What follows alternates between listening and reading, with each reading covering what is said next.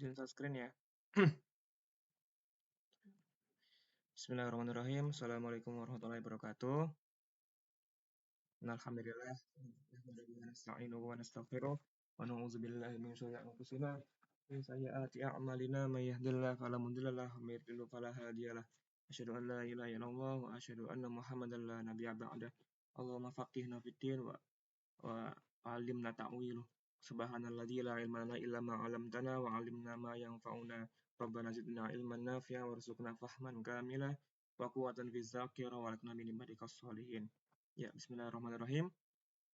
Setelah sekian lama ya tertunda majelis kita gitu ya. Insya Allah kita lanjutkan pertemuan lagi pada hari ini untuk kembali melanjutkan pembacaan kitab Al-Mukhtasar Al-Latif ya, karya Syekh Abdullah bin Abdurrahman Tafadhol rahimahullah ta'ala, yang insya Allah akan saya bacakan juga syarahnya dari Syekh Ahmad Yusuf An-Nasafi dalam kitab Al-Bayan wa Ta'rif. Dan bismillah, kemarin kita telah sedikit menyinggung tentang sunnah-sunnah wudhu ya, tentang sunnah-sunnah wudhu, bagian dari apa namanya, dari mulai matmadhah, istinsyaku, istinsyaru, wa taslisu, wa mashu jami'i ra'sihi, sampai summa udhunaini wa swamikhaini. Jadi kurang lebih pekan lalu telah membahas sunnah-sunnah wudhu tambahan. Kan kita waktu itu telah membahas tentang siwak, kemudian tasmiyah ya, membaca bismillahirrahmanirrahim, kemudian ghuslu kafaini, membasuh kedua telapak tangan. Kemudian penulis mu'allif rahimahullah ta'ala menyebutkan kembali beberapa sunnah wudhu, yaitu summal matmadhah wal istinsyaku wal istinsyaru wa taslisu, yaitu matmadhah, memasukkan air ke dalam mulut, kemudian istinsyaru memasukkan air ke dalam hidung, wal istinsaru itu mengeluarkan dari hidung, wa taslisu meniga 3 kali gitu ya. Jadi ditaslif 3 kali semua aspeknya. Kemarin telah kita bahas juga mengenai matmadhah gitu ya, tentang kumur-kumur itu cukup sebenarnya kalau kita masukkan air saja gitu. Jadi sunnahnya kita dapat mendapatkan sunnahnya ketika matmadhah dan istinsyak saja. Jadi misalkan kita memasukkan air ke dalam mulut dan ke dalam hidung saja itu cukup ya. Misalkan kita telan gitu airnya ya, itu cukup mendapatkan sunnah wudhu untuk matmadhah. Tapi kalau kita keluarkan pun tidak masalah gitu ya. Dan pun juga tentang matmadhah itu sendiri kan, kalau di Indonesia kan mungkin kurang pas jika dikatakan kumur-kumur ya. Kalau kumur-kumur kan kita memutar-mutarkan air di dalam mulut ya. Nah, kalau matmadhah ini tuh memang secara bahasa itu hanya memasukkan air ke dalam mulut saja. Jadi kalau misalkan kita nggak putar-putar air di dalam mulut itu tetap mendapatkan sunnah matmadhah itu sendiri.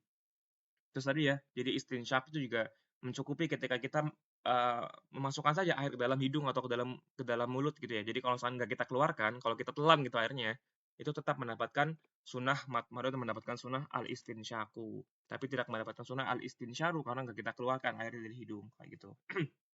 Kemudian berikutnya kurang lebih taslisu meniga-niga kali gitu ya. Jadi semuanya itu perkara-perkara wudhu disebutkan oleh pensyarah di sini, Syekh Ahmad Yusuf An-Nasafi, bahwa semua aspeknya itu disunahkan 3 kali kayak gitu ya. Jadi baik itu membasuh telapak tangan, membasuh kepala, bahkan pun di sini dikatakan doa pun di 3 kali ya kalau misalkan membaca doa seperti itu. Dan siwak pun 3 kali taslisu. Nah, kurang lebih seperti itu ya. Dan kemudian wa mashu jami'i ra'si.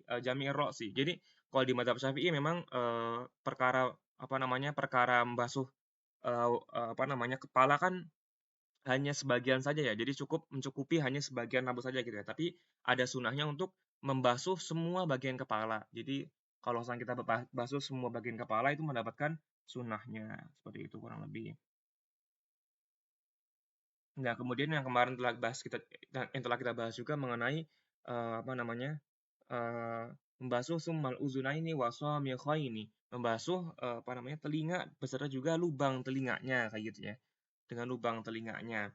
Di sini disyaratkan bisa dengan air yang lubang telinga gitu ya. Jadi bisa dengan air yang sama ketika kita membasuh lubang telinga, misalkan ambil air telinga dan lubang telinga disatukan itu bisa, atau dengan air yang baru kayak gitu ya. Jadi dengan air kita basuh dulu telinganya, kemudian baru kita basuh dalam telinganya kayak gitu ya. Tapi mengenai sunnah telinga ini, jadi uzunain wasami khairi ini hanya bisa mendapatkan sunnahnya ketika kita menggunakan air yang baru bukan dari air kepala gitu ya. Jadi kan kalau di madzhab Syafi'i kan kalau setelah kita basuh kan air menjadi mustakmal gitu ya. Jadi kalau misalnya kita basuh kepala langsung dipakai untuk telinga, itu di madzhab Syafi'i tidak mendapatkan sunnah mengusap telinganya gitu ya. Ini mungkin agak berbeda dengan Muhammadiyah gitu ya. Kan kalau Muhammadiyah kan langsung ya kepala dan telinga langsung ya dalam satu air yang sama gitu ya. Nah, tapi kalau di dalam apa namanya fikih mazhab Syafi'i itu tidak bisa tidak mendapatkan sunnah dari telinganya karena air dari basuhan kepala itu dianggap sebagai air mustakmal. Jadi kita perlu ngambil air baru setelah ngambil apa namanya basuhan dari kepala seperti itu. Itu mungkin sedikit preview dari kemarin ya sampai membasuh dua lubang telinga. Insya Allah pada pertemuan kita pada hari ini kita akan lanjutkan sampai akhir sunnah wudhu plus satu lagi nih di sini. Jadi ada pensyarah ini menyelipkan satu bahasan mengenai membasuh khuf ya, membasuh khuf sebelum masuk ke faslun fi nawaqidil wudhu, sebelum masuk ke dalam pasal pembatal wudhu kayak gitu ya. Jadi nanti akan membahas sedikit mengenai apa namanya mengusap khuf gitu ya. Nanti kita bakal jelaskan dari mulai kapan boleh kita membasuh khuf, kemudian apa namanya bagaimana hukumnya, terus bagaimana caranya gitu ya, kemudian syarat-syaratnya apa gitu ya. Akan kita bahas setelah kita selesai membahas sunnah-sunnah wudhu. Nah, sunnah wudhu yang berikutnya, izin bacakan kitabnya ya. Qala al-mu'allif rahimahullah ta'ala fi kitabihi al-mukhtasar latif wa nafa'ana bihi bi'ulumihi fi darain amin. Faslun wa sunanuhu wudu. Maaf mana kemarin. Ya, sampai nah wa takhlilul lihatil kasifati wa takhlilul asabi wa tatawil ghurrah wa tahjilul wal mu'allah wa tarkul isti'anah fi sabbi wa tarku tansyifi bihirqatin. Jadi sunah wudu yang berikutnya adalah kata mu'alif yaitu takhlilu lihatil kasifati, menyela-nyela jenggot yang tebal. Jadi kemarin kalau misalnya kita bahas mengenai fardu-fardu wudhu, untuk laki-laki ya yang memiliki jenggot yang tebal, yaitu ketika dua orang saling berkomunikasi secara normal gitu ya, tidak bisa melihat bagian dalam dari jenggotnya, maka dikatakan jenggot itu tebal, maka tidak wajib dibasuh bagian dalamnya gitu ya. Nah, tapi ada sunahnya untuk melakukan takhlil, apa namanya, menyela-nyela jenggot yang tebal dan jambang yang tebal. Menyela-nyela jenggot yang tebal dan jambang yang tebal. Jadi aku izin bacakan dari syarahnya ya. Wa yahsulu takhlilu bi ayyi kaifatin kana. Jadi apa namanya bagaimanapun cara kita menyela-nyela gitu ya, itu tetap mendapatkan sunahnya mau dari bawah ke atas, mau atas ke bawah, mau samping kiri ke kanan itu tetap mendapatkan sunahnya. Wal afdalu ya kaunuhu bi aswabi yamanihi min asfalil lihatil ma'a tafriqi aswabi. Jadi yang afdal adalah kita memulai ya biasa bihi yaminihi dengan tangan kanan dari mulai bagian bawah bagian bawah jenggot yang tebal gitu ya. Ma'atafriqi asobi. Jadi sambil merenggang-renggangkan jari gitu ya. Wa ayyakuna bima'in jadidin khairu ma'in ghuslil wajhi. Jadi dengan air yang baru ketimbang dengan air apa namanya? Air pengusap wajah gitu ya. Jadi itu afdolnya gitu ya. Jadi ini juga ada hadis dari Anas bin Malik ya radhiyallahu anhu an Rasulullah sallallahu alaihi wasallam kana idza tawaddaa akhadha kaffan min ma'in fa adkhalahu tahta hinkihi fa khallala bihi lihyatihi wa qala hakada amri amaroni Rabbi azza wa jalla. Jadi ada hadis dari Anas bin Malik radhiyallahu anhu yang mengatakan bahwa Rasulullah SAW bersabda Rasulullah SAW ketika dia berwudu maka dia pun mengambil satu cidukan air gitu ya dan kafan min ma'in fa adkhalahu tahta hinkatin dimasukkan ke sini fa khallala bihi ya. Jadi beliau Rasulullah SAW dia menyela-nyela jari dengan air yang baru kayak gitu ya. Dengan air yang baru. Jadi seperti itu ya. Ini juga ada sedikit penjelasan ya wal mutawaddi mukhayyarun baina takhiri takhlil salasa marratan an ghusli wajhi salasan. Jadi orang yang berwudu memiliki dua pilihan ya. Dia bisa katakanlah basuh muka dulu 3 kali dengan air yang baru ya, kemudian baru ambil air baru lagi buat mengusap-ngusap jenggot 3 kali gitu. Jadi basuh muka dulu baru jenggot, atau wa baina ja'alaku li wahidatin minha akibakul li ghuslihi lil wajhi. Jadi bisa juga misalkan basah wajah 1 kali kemudian ambil air lagi basuh jenggot sekali. Jadi kayak saling apa namanya, di tengah-tengah gitu ya, ambil, wajah baru jenggot, wajah jenggot, wajah jenggot kayak 3 kali seperti itu ya. Itu juga bisa kayak gitu. Nah, di sini ada pembahasan menarik ya dari apa namanya, bagaimana hukum takhlil lihya, menyela-nyela jenggot bagi orang yang muhrim, bagi orang yang sedang ihram. Kira-kira gimana? Hukum orang menyela-nyela ketika wudu ya. Ketika wudu dia menyela-nyela jenggot ketika dia sedang berihram atau sedang haji gitu ya. Nah, di sini ada pendapat dari Imam Ar-Ramli ya, salah satu pendapat imam besar dari mazhab Syafi'i, waqtalafu fi takhlil lihatil muhrim. Jadi, para ulama berbeda pendapat tentang menyela-nyela jenggot tebal bagi orang yang sedang muhrim. Fadhahaba Ar-Ramli ila annahu la yasunnu lahu at-takhlil. Jadi Imam Ar-Ramli mengatakan bahwa tidak disunahkan untuk menyela-nyela jenggot yang tebal. Li'alla yu'addi ila tasaqiti sya'rihi. Jadi karena dikhawatirkan akan rontok rambutnya ya. Rontok rambut ketika sedang ihram. Padahal nanti kalau kita bahas di bagian fikih haji gitu ya, fikih ihram gitu ya. Itu diharamkan untuk memotong kuku serta memotong rambut gitu ya. Jadi kita tidak boleh memotong rambut dan memotong kuku ketika sedang berihram, ketika sedang berhaji kayak gitu ya. Dan kalau misalnya kita sedang wudhu ketika haji gitu ya, kita salah-salah jenggot, takutnya ada jenggot yang jatuh, itu kan jatuhnya adalah memotong rambut ya. Maka Imam Romli mengatakan tidak disunahkan untuk menyela-nyela jenggot ketika sedang berihram. Tapi uh, di sini wazahaba Ibnu Hajar ila sunanihi. Jadi tapi sunniyatihi, maaf. Jadi kalau misalkan kata Ibnu Hajar dikatakan bahwa berbeda dengan pendapat Imam Ar-Ramli gitu ya. Jadi wayajibu indahu ayyakuna takhlil birifqin in zonna husulil infisali syai'in min sya'rihi. Jadi kalau kata Ibnu Hajar tetap mendapatkan sunahnya, tapi boleh menyala-nyala jenggot tebal ketika berihram, tapi wajib untuk dengan lembut ya, birifqin ya, dengan basuhan yang lembut ya. In dzanna husulul infisalu syai'in min sya'rihi. Kalau misalkan dia mengira kalau ada rambut yang akan rontok ketika dia sela-sela jenggotnya. Tapi kalau misalkan dia nggak kalau tidak tidak yakin kalau nggak bakal lepas jenggotnya ya nggak masalah. Tapi kalau misalkan dia takutnya lepas maka bisa dapat sunahnya tapi dengan cara lembut ya. Jadi nggak ditahlil dengan keras gitu ya jenggotnya kayak gitu ya. Itu sedikit mengenai pembahasan tahlilu lihyatil kasifati. Membasuh jenggot yang tebal, kasifah, membasuh jenggot yang tebal gitu ya. Berikutnya sunnah berikutnya wa tahlilul asabi, menyela-nyela bagian jari jemari gitu ya. Menyela-nyela bagian jari jemari. Di sini ada Nah, jadi ai al-yadaini warijlaini. Jadi dikatakan pensyarah bahwa asabi ini, jari jemari ini berlaku untuk jari tangan dan juga jari kaki. Apa dasarnya? Liqauli Nabi sallallahu alaihi wasallam asbuhul wudu'i wa khallil bainal asabi. Jadi Nabi sallallahu alaihi wasallam mengatakan bahwa ketika wudhu maka sela-selalah bagian jari jemari kalian gitu ya. Nah, terus bagaimana caranya? Bagaimana cara menyela-nyela jari itu?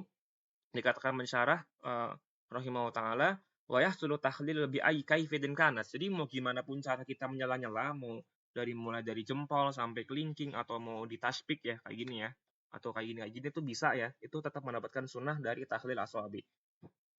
Tapi dikatakan lagi wal afdol min asabi il yadaini, dan di sini dikatakan yang salah satu cara paling afdol ya untuk menyela-nyela jari tangan itu adalah menggunakan tasbik. Jadi ditasbik kayak gini ya, digabungkan kedua tangan gitu ya, kemudian di sela-sela gitu ya, gabungan kedua tangan. Tapi kata beberapa ulama, waqala ba'dul ulama li al-ula ja'dul asabi al-yumna bainal asabi al-yusra min dhahriha wa aqsuhu li tukhalifa al-ibadah al-'adah. Tapi ada beberapa ulama yang mereka mengafdolkan ya, mengafdalkan cara membasuh yang dibalik gitu ya. Jadi tangan kanan ditaruh di atas tangan kiri, kemudian dibasuh dari atas gitu ya. Dan aksuhu dan kebalikannya, tangan kiri ditaruh di tangan kanan kemudian dibasuh gitu ya. Kenapa? Karena untuk apa namanya? Litokhalifal ibadah wal adah, untuk membedakan antara ibadah dengan adah gitu ya. Membedakan antara ibadah dengan adah itu kan hal-hal yang biasa kita lakukan gitu ya. Jadi untuk membedakan antara wudhu dengan nggak wudhu kayak gitu ya. Kurang lebih seperti itu ya. Dan juga dikatakan juga wal afdol min aswabi'ir rijla ini tadi kan bisa kita bisa membasuh gimana pun caranya ya untuk apa namanya jari-jari kaki dan jari-jari tangan gitu ya. Tapi untuk jari-jari kaki ada ininya, ada tambahannya wal afdolnya adalah ayyakuna bi khinsir yadihi al yusra min asfali rijla ini. Jadi mulai dari menggunakan kelingking tangan kiri ya.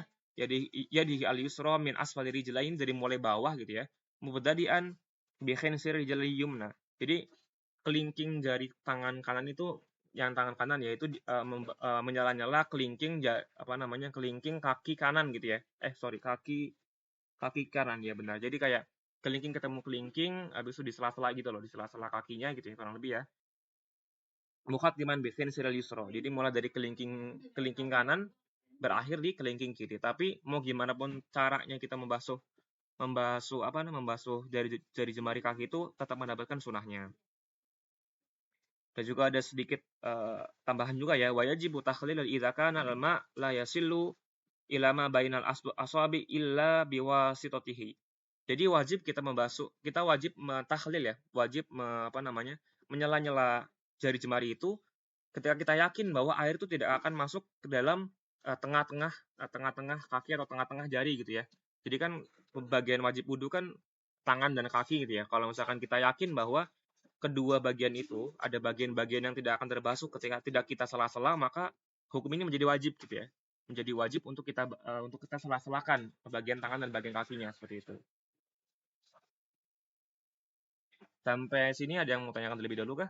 Sampai takhlilul asabi, sampai menyala-nyala jari jemari, baik dari tangan atau jari kaki. Jadi bisa gimana pun caranya ya.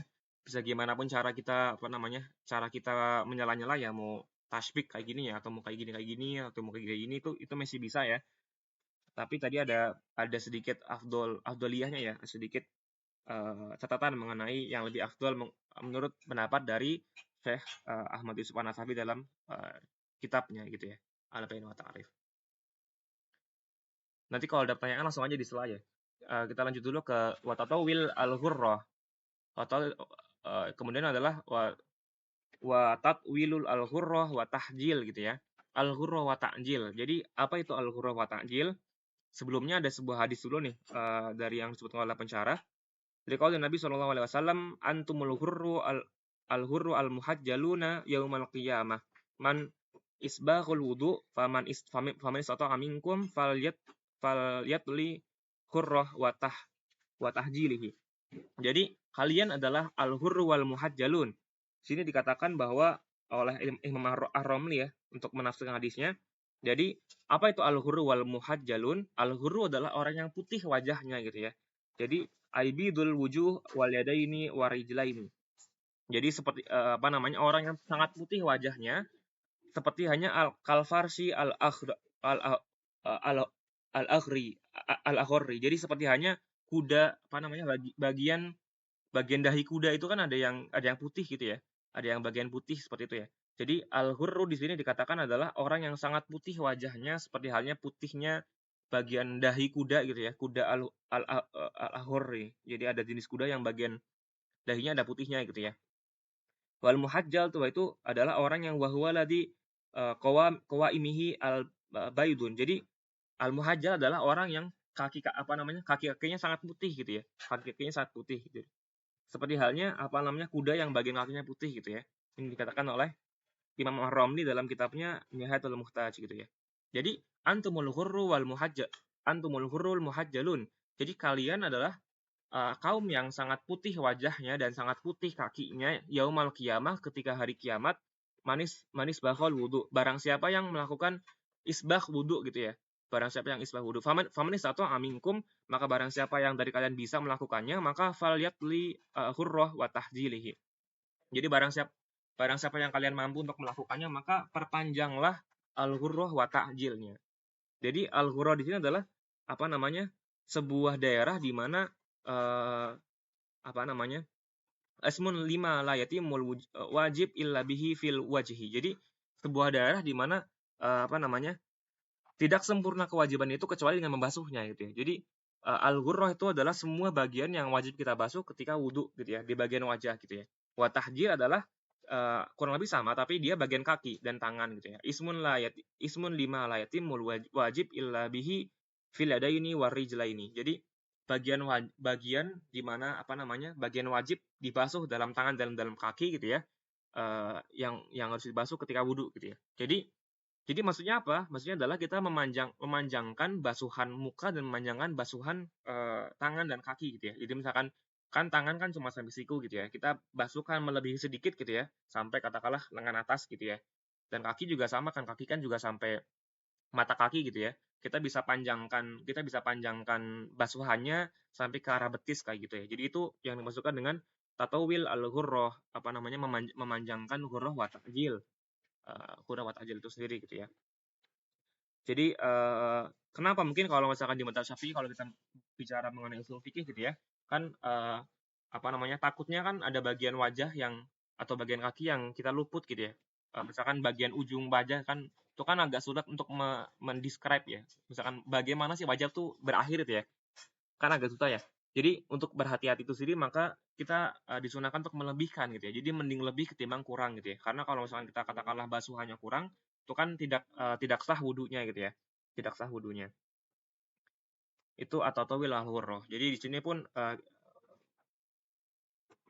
nah di sini dikatakan watasilul itla apa namanya? Itolihim apa sih?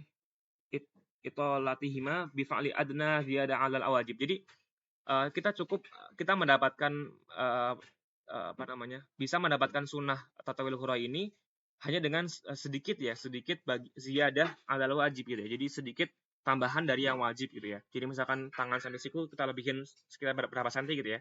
Itu cukup untuk mendapatkan sunnah tatawil al-hurrah ini. Seperti itu kurang lebih. Kemudian yang apa namanya? Sebelum terakhir ya, al-muwalah gitu ya. Al-muwalah. Di sini di Syafi'iyah mengatakan al-muwalah itu sebagai sunnah wudhu ya, bukan sebagai fardu wudhu gitu ya. Jadi apa itu muwalah? Al-muwalah adalah apa namanya? Mungkin dibahas lain wa yu'abbaru anha bitatabu. Ada yang mengatakan juga tatabu ya. Jadi saling mengikuti gitu ya, saling mengikuti basuhan satu dengan basuhan yang lain seperti itu. Yaitu wahiyya an yashra'a al-mutawaddi'u fi tathhiri kulla aduwin qabla jafafin ma qablahu. Jadi orang yang berwudu itu apa namanya bersegera untuk membasuh anggota berikutnya sebelum anggota sebelumnya kering gitu ya. Qabla jafaf. Sebelum kering kayak gitu. Sebelum anggota sebelumnya kering. Jadi kalau di madzhab Syafi'i itu masih sah wudunya kalau kita walaupun kita nggak mu'allah, katakanlah kita basuh muka nih habis itu ada abang bakso lewat gitu ya. Kemudian kita beli bakso dulu gitu ya. Kita makan dulu baksonya karena kelaparan gitu ya. Kemudian kita lanjutkan basuh langsung ke kepala itu muka tangan sampai siku gitu ya. Itu masih sah wudunya ya, tapi tidak mendapatkan sunnah al-muwalah, tidak mendapatkan sunnah al-muwalah.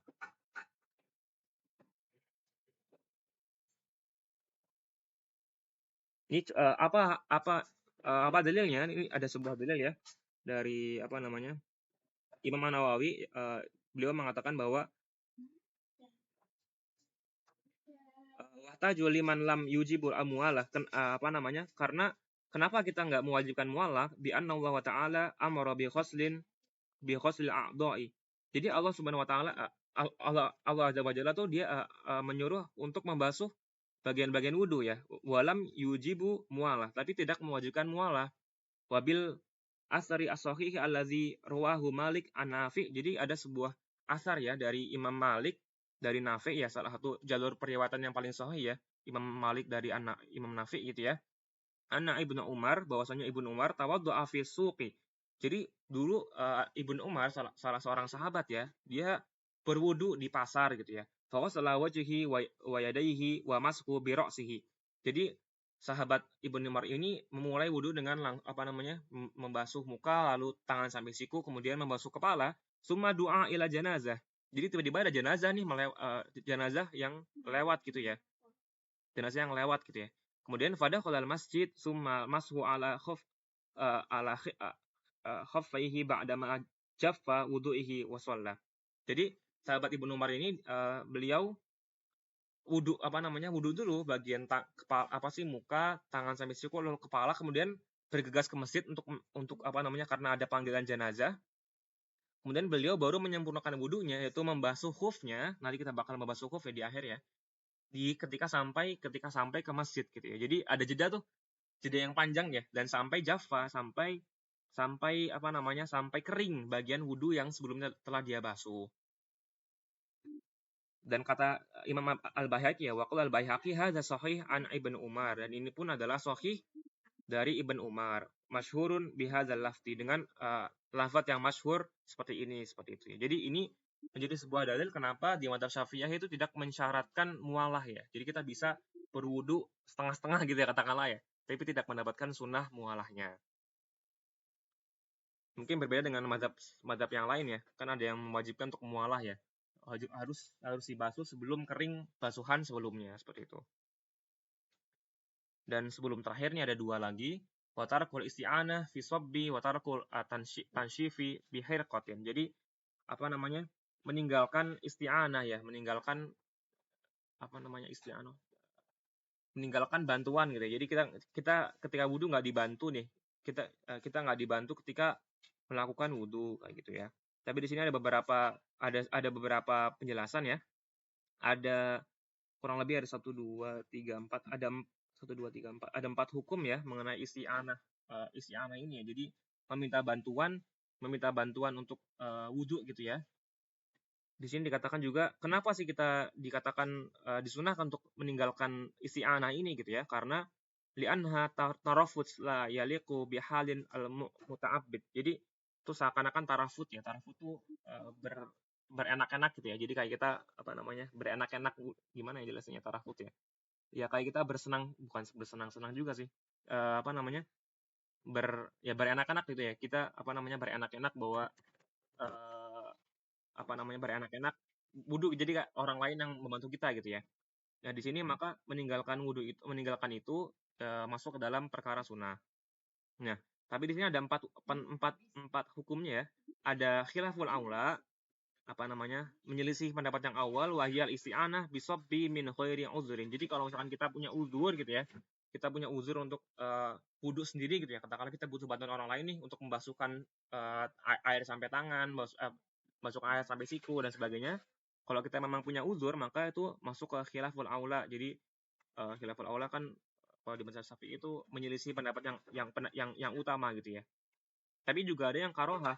Wal karohah wahyal isti'anah fi ghaslil a'dha'i bila uzrin. Jadi kalau kita nggak punya uzur dan kita minta tolong orang untuk memasukkan air ke dalam bagian tubuh kita gitu ya, maka itu masuk ke karoha, masuk ke makruh seperti itu. Dan juga ada ibahah, boleh kita minta tolong gitu ya, wahyal isti'anah fi ihdharil ma'il faqat. Jadi kita boleh minta tolong untuk menghadirkan saja airnya gitu ya. Jadi misalnya airnya jauh gitu ya, kita minta tolong orang untuk membawakan air gitu ya untuk kita wudhu ya, itu maka diperbolehkan. Jadi masuknya ibahah, boleh ya, untuk menghadirkan air saja gitu. Jadi untuk fi ihdharil ma'il faqat. Ada juga kapan dia disunahkan ya, bahkan bisa sunnah ya, sunnah untuk kita minta tolong untuk dibasuhkan gitu ya, yaitu ketika wanadbu in qasada ta'limu nahwil mu'inu alladzi la ya'lamu kaifiyatil wudu. Misalkan kita sedang mengajari orang untuk wudu gitu ya, terus kita minta orang untuk dibantu dituangkan airnya gitu ya, atau dibantu untuk dibasuhkan gitu ya, maka kalau kita niatkan untuk mengajari orang itu karena dia belum tahu cara wudu, maka itu masuk ke dalam perkara yang sunnah, perkara yang disunahkan. Kemudian juga ada perkara wajib gitu ya.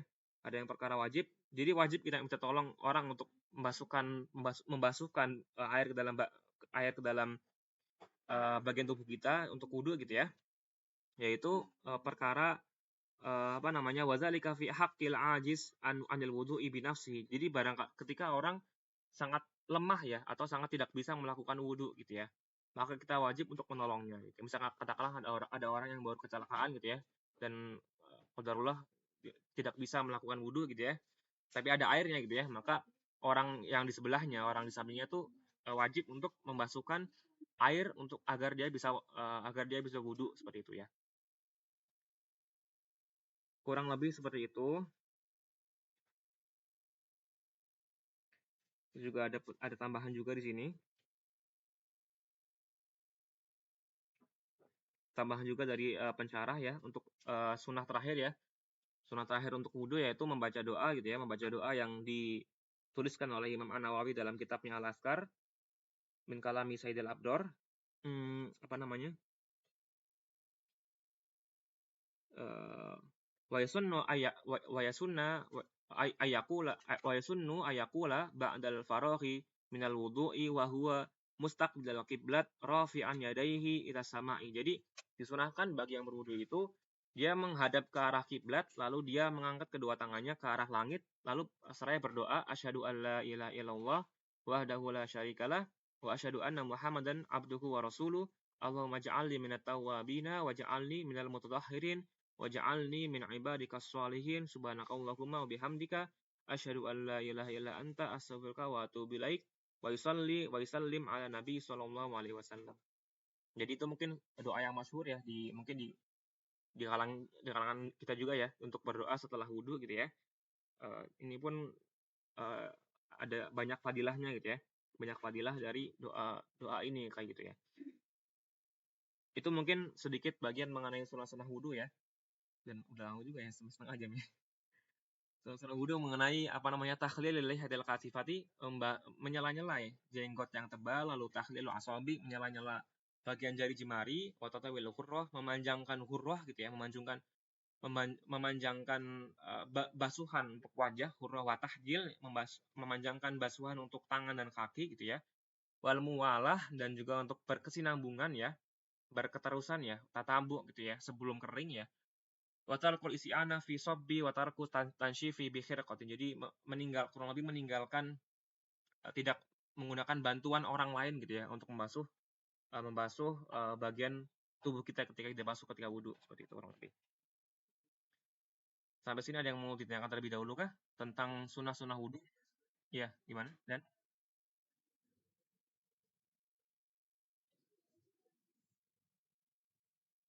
oh ya ini sorry terakhir ini lupa lupa mengertikan terakhir ya ya maaf dan jadi ada tarku tansyifi bi khirqatin. Jadi meninggalkan tansif ya, mengeringkan dengan khirqah dengan apa namanya? Dengan kain gitu ya. Jadi kalau di mazhab Syafi'i itu disunahkan untuk tidak dikeringkan bagian wudunya. Kalau di sini ada hadis ada ini deh. Ada ada hadis ya, lihat hadisil Sayyidah Al-Maimunah jadi dari istri Nabi Sayyidah Maimunah ya radhiyallahu anha alati tasifu bihi ghuslu Rasulullah sallallahu alaihi wasallam wa fihi sum'atihi bil mundil faradduhu. Jadi ketika dia menghadirkan kain untuk dikeringkan maka Rasulullah SAW dia tidak mengambilnya gitu ya. Jadi tidak mengembalikan kainnya. Jadi Rasulullah SAW itu apa namanya eh, tidak mengeringkan bagian tubuh yang jadi basuh kayak gitu ya. Ya, makasih Dan. Tadi ya, luput terakhir ya. Jadi ada sunat terakhir itu untuk tansyifi bihir. Jadi madhab Syafi'i itu apa namanya ada sunnah untuk tidak mengeringkan bagian tubuh yang dibasuh ketika wudhu kayak gitu ya. Maksudnya ada hadisnya nih, tapi di sini nggak disebutkan ya di sini. Yang mengenai orang yang terhindar dari api neraka kalau nggak salah ya. Ketika bagian apa namanya atas bagian tubuh yang dibasuh itu ya. Tapi di sini nggak ada hadis, jadi aku nggak bisa membacakan ya.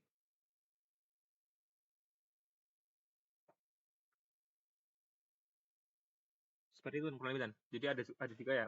Terima kasih ya ada sunnah untuk tidak mengeringkan bagian tubuh yang dibasuh dengan kain atau yang semisalnya gitu ya. Bikir kotin ya atau yang semisalnya gitu kurang lebih.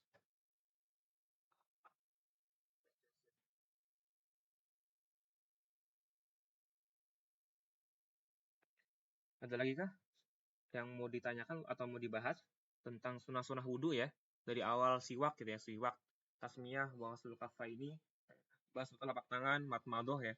Jadi kalau misalkan ada orang yang iseng gitu ya, saking hausnya ya minum gitu ya, minum ketika kumur-kumur diminum gitu ya, itu masih mendapatkan sunnah untuk matmadohnya, mendapatkan sunnah untuk matmadoh itu sendiri gitu ya. Tapi batal lah kalau misalkan puasa ya, kalau misalkan puasa diminum ya batal ya, batal puasanya maksudnya.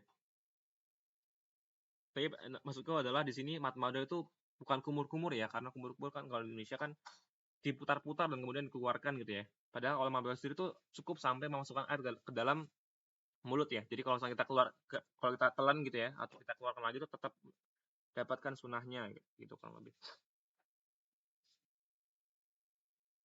Cukup? Ya. Oh, kemarin kita telah bahas ya Dan ya. Maksudnya sekalian siwak, sekalian sikat gigi gitu ya. Kumur-kumur sama sikat gigi gitu ya. Oh, ya ya. Kalau yang aku tangkap ya di sini karena di Madzhab Syafi'i kan mensyaratkan ya sunnah itu menggunakan air yang baru ya Dan ya. Karena apa namanya? Ketika kita telah menggunakan air itu untuk basuhan yang lama itu kan masuknya air mustakmal gitu ya, air mustakmal dari wudhu gitu ya. Jadi tidak dapat lagi tuh sunnah wudhunya. Jadi kalau yang aku tangkap ya, nanti mungkin bisa di-set lagi ya. Mungkin lebih afdolnya itu menggunakan air yang baru sih Dan. Jadi siwak dengan satu air, kemudian tetap kumur-kumur lagi dengan air yang lain kayak gitu ya. Tapi kemarin telah kita bahas juga ya bahwa ada dua pendapat ya dari Ar-Ramli sama Ibn Hajar ya. Jadi bisa kita siwaknya ketika sebelum kumur-kumur ya. Jadi sebelum ketika tangan kumur apa namanya siwak dulu baru kita kumur-kumur ya. Jadi kurang lebih ya mungkin sama tadi Dan ya. Maksudnya kita siwak kan kita membersihkan gigi ya. Maksudnya kita kumur-kumur kan dengan air yang baru ya gitu ya. Gitu nggak sih Dan? Dengan air yang baru ya. Kalau dengan air yang baru ya bisa dapatkan juga matmadohnya. Karena itu kan mungkin mengikuti pendapat Ibn Hajar ya. Eh, bahwa kita siwak itu dengan setelah kita apa namanya setelah kita telapak tangan baru kita siwak lalu kita kumur-kumur gitu ya. Itu mendapatkan sunahnya gitu ya. Kalau dalam artian itu ya maksudnya kalau kita siwak kemudian ambil air baru gitu ya buat kumur-kumur gitu ya. Itu harusnya tetap mendapatkan sunahnya sih dan asalnya menggunakan air yang baru sih. Karena itu dia sih mungkin apa namanya? Air dalam madzhab Syafi'i kan kalau mustakmal kan nggak bisa dipakai lagi untuk wudhu kayak gitu ya.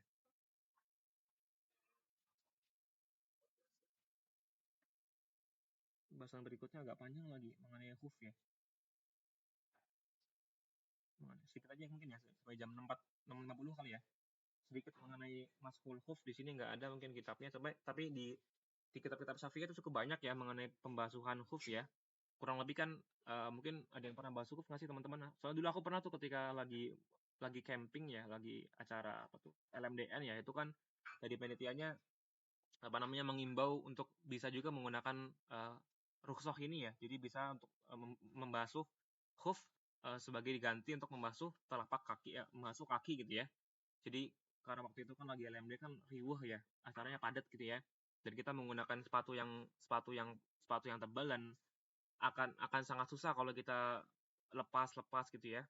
Maka dari panitia pun apa namanya menghimbau dari para pesertanya itu untuk membasuh hoof gitu ya, membasuh hoof sebagai ganti dari membasuh kaki gitu ya. Nah, ini akan kita bahas lebih detail ya, tapi mungkin nggak detail banget sih tentang pembasuhan hoof itu sendiri ya. Jadi hoofnya seperti apa syarat-syaratnya, terus hukumnya seperti apa, kapan waktu diperbolehkan untuk kita mengusap hoof, dan sampai apa lagi nih, hukumnya apa gitu ya. Jadi hukumnya serta apa itu hoof gitu ya.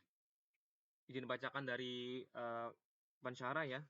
Qala syarih Syekh Ahmad Yusuf An-Nasafi rahimahullah taala fi kitabihi Al-Bayan wa Ta'rif wa nafa'ana bihi bi ulumihi fi darin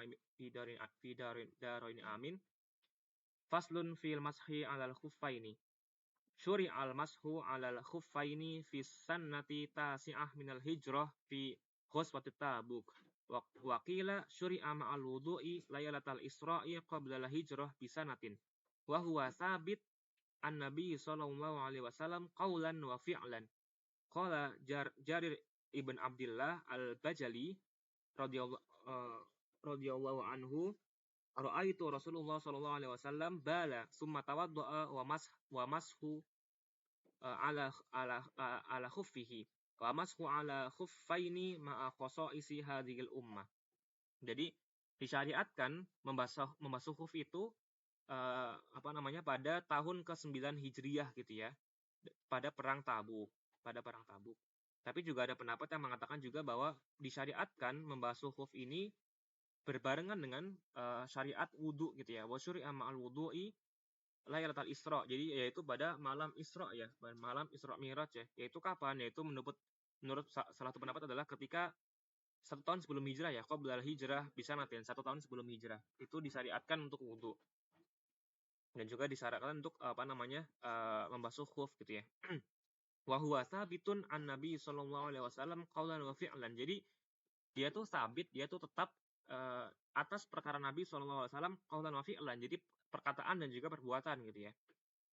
Apa dalilnya? Itu dari hadis dari riwayat dari Jarir ibn Abdullah gitu ya, Al-Bajali, seorang sahabat ya, yang mengatakan bahwa ra'aitu Rasulullah sallallahu alaihi wasallam, saya melihat Rasulullah SAW bala buang air kecil gitu ya, kemudian summa tawaddu'a wa mashu ala khuffaihi. Rasulullah kencing, kemudian beliau wudu tapi dengan mengusap kedua khufnya gitu ya. Jadi bukan mengusap kakinya gitu ya. Ini salah satu latar belakang ya mengenai fasal masih khuf ini gitu ya. Jadi mungkin juga kurang lebih ya beberapa ulama memasukkan bahasan khuf ini di bagian wudu karena dia tuh sebagai pengganti kaki gitu ya, pengganti basuhan kaki. Ada juga ulama yang memasukkan bahasan ini di bahasan tayamum ya, karena dia disamakan dengan basuhan tayamum gitu. Jadi kan kita kita mengusap gitu ya, mengusap bagian atas khuf gitu ya. Tetapi di sini Syekh Ahmad An-Nasafi beliau memasukkan bahasan khuf ini di bagian wudu gitu ya, karena mungkin tadi ya sebagai pengganti kaki gitu ya, pengganti kaki.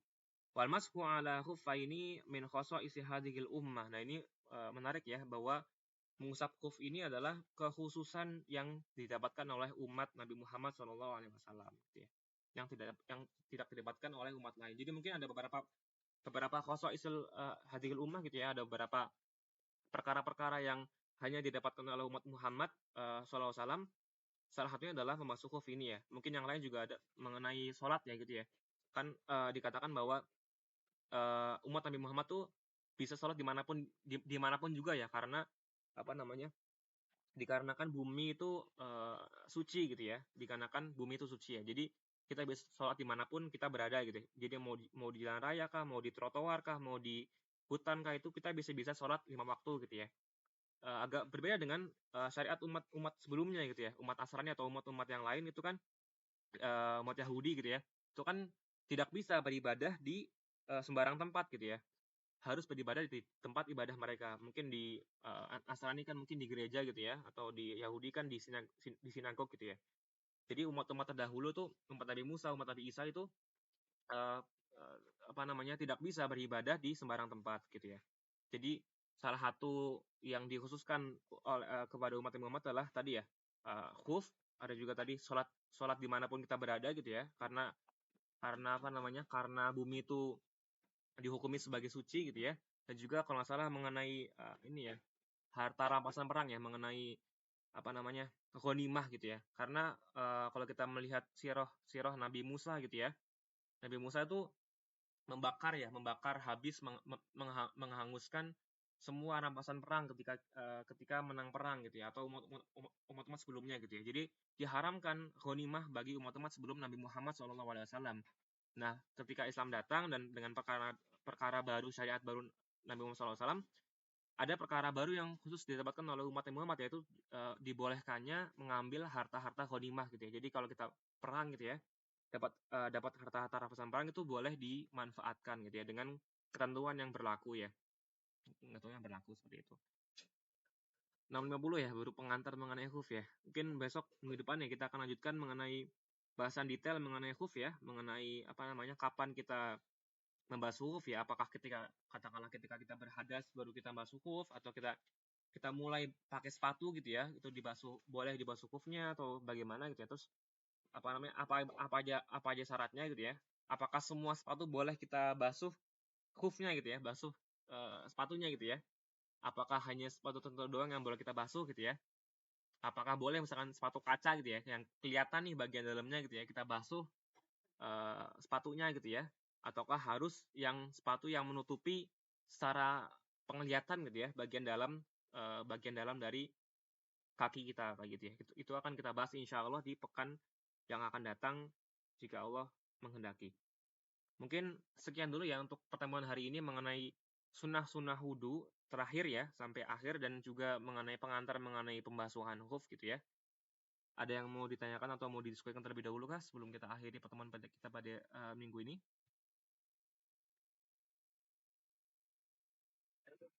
Iya, gimana Pak?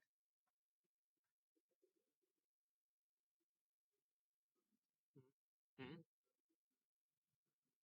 hmm, hmm.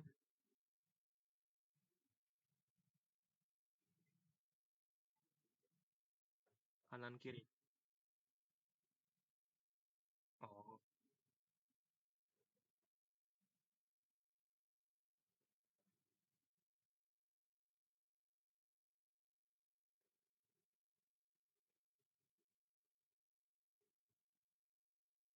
Hmm, hmm.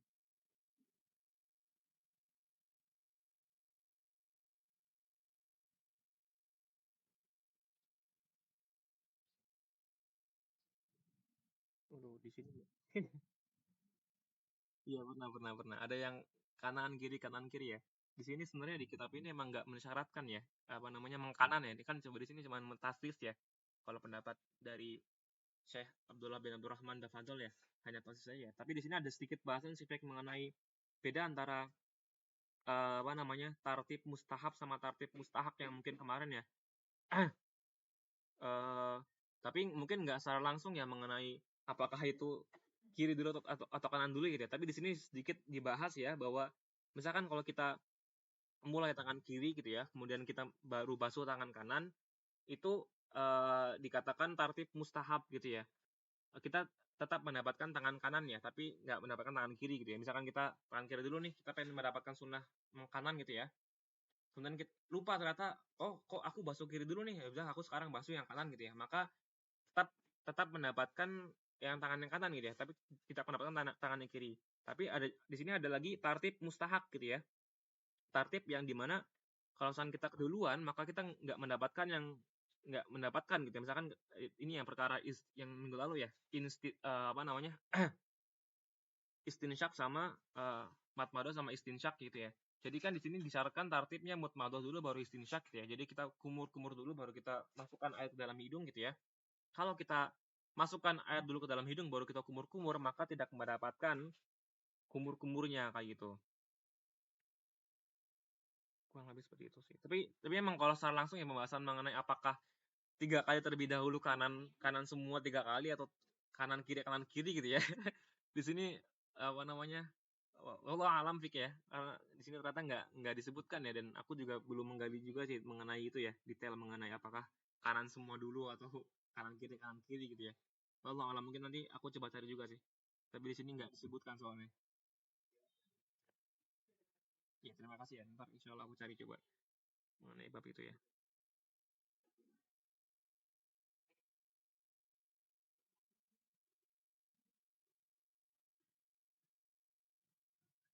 Hmm.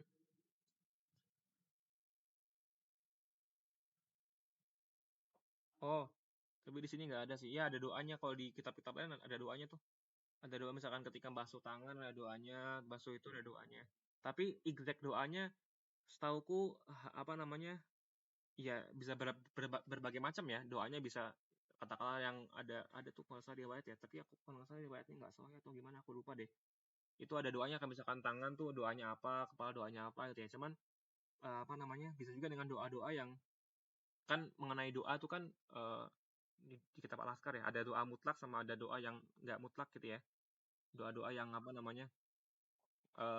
Ya maksudnya doa-doa itu kan kita bisa bisa kita rangkai sendiri ya doanya gitu ya. Misalkan katakanlah ketika basuh muka, ya Allah, hindarkanlah muka ini dari api neraka seperti itu, atau ya Allah tolong putihkanlah muka ini ketika hari kiamat sebagainya gitu ya. Atau dengan doa-doa yang dari para ulama juga bisa gitu ya, atau kita merangkai doa juga sebenarnya bisa gitu. Tapi mengenai doa itu sendiri, setahu memang riwayatnya itu kan ada yang mengatakan sahih, ada yang yang mengatakan nggak sahih gitu ya. Untuk perkara ijek kata-katanya, untuk ketika muka doanya A, ketika tangan doanya B gitu ya. Ketika tangan kiri doanya B, A gitu lagi. Sebagai itu, setahuku tuh ada ulama yang berselisih ya mengenai doa-doanya. Cuman ya mengenai doa kan tetap bisa kita pakai ya, karena para ulama bersepakat mengenai hadis yang doif tetap bisa kita gunakan untuk fadilah amal gitu ya. Tapi di sini qadarullah nggak dibahas sih, itunya uh, doa-doanya sih. Muka. Semuanya. Jadi di sini kalau dikatakan oleh Syekh Ahmad Ashafi itu semuanya ditaslis ya, Fik ya. Jadi baik siwaknya juga sama. Jadi kalau misalkan kita siwak menggunakan siwak gigi gitu ya, kita di taslis itu dapat sunnah taslisnya. Siwak 3 kali, doanya 3 kali, basuhan 3 kali gitu ya. Jadi semua dikatakan oleh pensyarih itu taslis itu berlaku untuk semuanya gitu sih. Mana taslis ya? Mana taslis? Taslis tuh nih. Taslisun kullu min ghusli wa maski wa takhlili wa dalki ya, wa siwaki wa zikri wa doa. Jadi meniga 3 kali dalam setiap perkara wudhu, baik itu basuhan, baik itu usapan, baik itu tahlil, baik itu menyela-nyela, wadalkin ya dalak gitu ya, masukkan air gitu ya, siwak juga sama gitu ya. Dilak tuh menggosok-gosok dalak ya, menggosok-gosok ya. 3 kali, siwak 3 kali juga, zikri itu juga termasuk juga zikir 3 kali juga ya, du'ai 3 kali. Ini dari pendapat Imam Ar-Ramli ya, dalam kitabnya Nihayatul Muhtaj ya. Li'anna Sayyidina Utsman radhiyallahu anhu, di sini ada sebuah asal dari Utsman radhiyallahu anhu ya. Qala ala urikum awudu'u Rasulullah sallallahu alaihi wasallam summa taba'du asalasan. Jadi ada sebuah asar dari Utsman bin Affan gitu ya, yang mengatakan bahwa tidakkah kalian melihat wudhu Rasulullah SAW, maka beliau pun mencontohkan wudhu yaitu dengan meniga 3 kali tadi ya, semua taba'du asalasan, semuanya 3 kali gitu ya. Dari riwayat Rawahul Muslim, di sini juga Imam Syafi'i mengambil dalil ya, fihi dalalatul li Imam Syafi'i wa man wafaqahu fi annal mustahab fi ra'si an yumsi hasalasan kabaki a'dha'i. Di sini juga Imam Syafi'i ini ya, Imam Syafi'i di sini pun mengambil sebuah dalil bahwa membasuh kepala pun 3 kali ya kalau di mazhab Syafi'i ya. Jadi hadis yang sama dari asar yang sama gitu ya. Karena Utsman radhiyallahu anhu dia wudu 3 kali ya. Tawadhu asalasan gitu ya. Mungkin agak beda dengan pendapat imam yang lain ya, karena ada yang mensyaratkan cuma sekali doang cukup ya untuk membasuh kepala gitu ya. Jadi kalau ini sih, jadi kalau pendapat Imam Ar-Ramli memang 3 kali sih, semuanya sih ya. Baik tahlilnya, siwaknya, dalkunnya, zikirnya, doanya tuh semua 3 kali. Wallahu a'lam.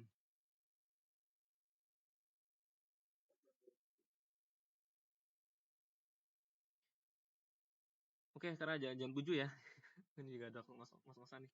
Insya Allah kita lanjutkan pekan depan untuk perkara detail mengenai khuf ya, dan juga akan kita lanjutkan untuk perkara-perkara faslun fi nawaqidil wudu, perkara-perkara yang membatalkan wudu. Masih sangat jauh ya, ini baru wudu ya.